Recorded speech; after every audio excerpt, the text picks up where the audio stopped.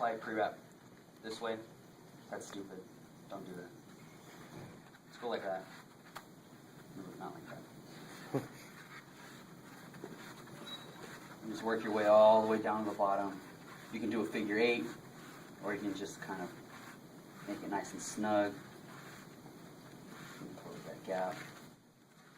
And come on. However you guys want. Okay. So, first important thing we're going to do is our 3 anchors. They're going to go at the top. Okay.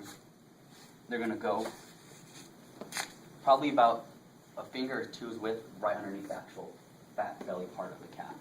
Right? So right in here. You're going to do 3 of these. You're going to overlap them. Okay. You're going to do 3 horseshoes in the way, or 3 stirrups. Sorry, 3 stirrups. You're going to start on the inside of the foot, and you're going to go inside out.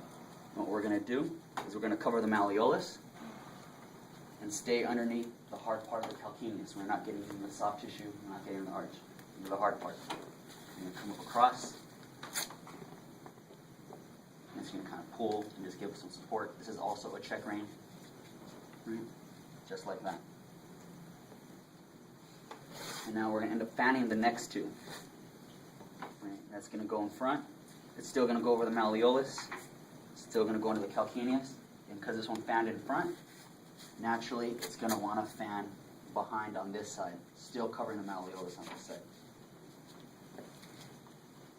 And then go ahead and fan right behind, just like that. Because that fan behind, it's going to want to fan in front, just like that. Still all covering the malleolus. Okay? Now our horseshoes. These are just little strips of tape that are going to cover the Achilles. They're just going to go like this. They're going to start downward. I'm just going to do 2 or 3 of them, depending on how big the person's foot is.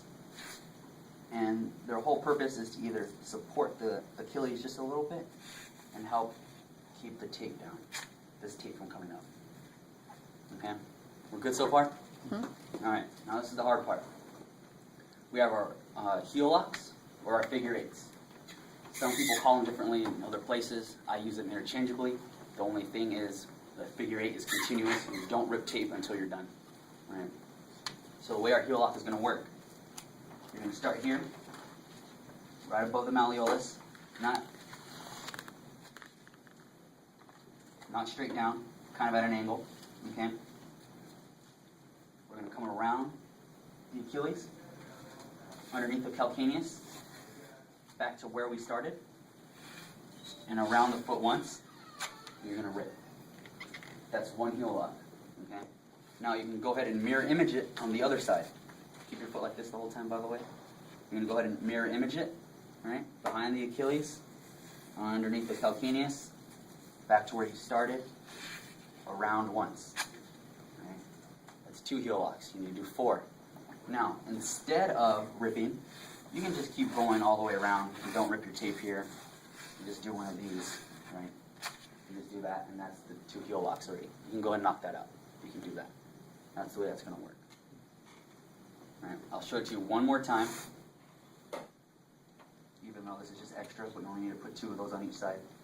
All right, coming down behind the Achilles, underneath the calcaneus, back up to where you started, around once. This is where you make a decision. Do I cut or do I keep going? Keep going underneath the underneath the Achilles, underneath the calcaneus, back to where we started. And now that we're around once, this is our last one. You can come all the way up and close your tape job.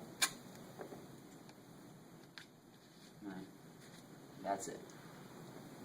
Any questions? Yeah. What about the top of the foot? So we see some people that like to do like this thing, right? They like to come all the way to here. Does that give you any more or less support? It gives me more. I don't think it does anything. That's the wrong answer. Okay. So, here are some key tips, especially when doing your ankle tape job. Number 1, you always want to start nice and high. Right? Higher is not always better, but you definitely want to start underneath the calf, but not above it. Does that make sense? Mm-hmm. Okay. Number 2, we're always going to tape their ankle fully dorsiflexed. in closed pat position. Why? I'll meet you right Standing like You don't think of anything? because we're trying to limit the tire flexion. We're trying to limit the inversion. So, why don't you go and relax your foot really quick? When your foot's relaxed, right? That's our inversion ankle sprain. That happens really easy like that. So, it's like this.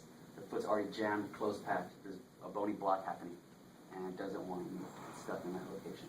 Does that make sense?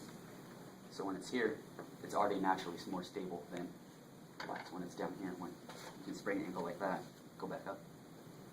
When it's already locked in there. Number 3, another one. You don't ever want to go past the base of the fifth or your styloid process. Right here, that's always on the outside of our foot, and that's this bony little part right here. Right? Does that kind of hurt me just kind of going over it? Hurt eventually. He's like, wrong answer. Wrong answer again. Right? So, you don't want to ever go past the base of the fifth. So base of the fifth is right here. Your tape, you don't want to go past that, because when you go past that, it can be irritating, and you start going to the soft tissue of the arch, and it starts to hurt. You always want to keep all of your stirrups underneath the calcaneus. Got it? No windows, no wrinkles. There's only one window that's allowed, and it's this one that's right back here. Okay, and that'll happen naturally, and that's fine. But windows is what I mean is when you're coming around, you're putting your tape, you put one, and then you leave this whole gap open. The skin will start to go through it and start to blister. Good? Any questions? Someone let me see the lab, not in really quick.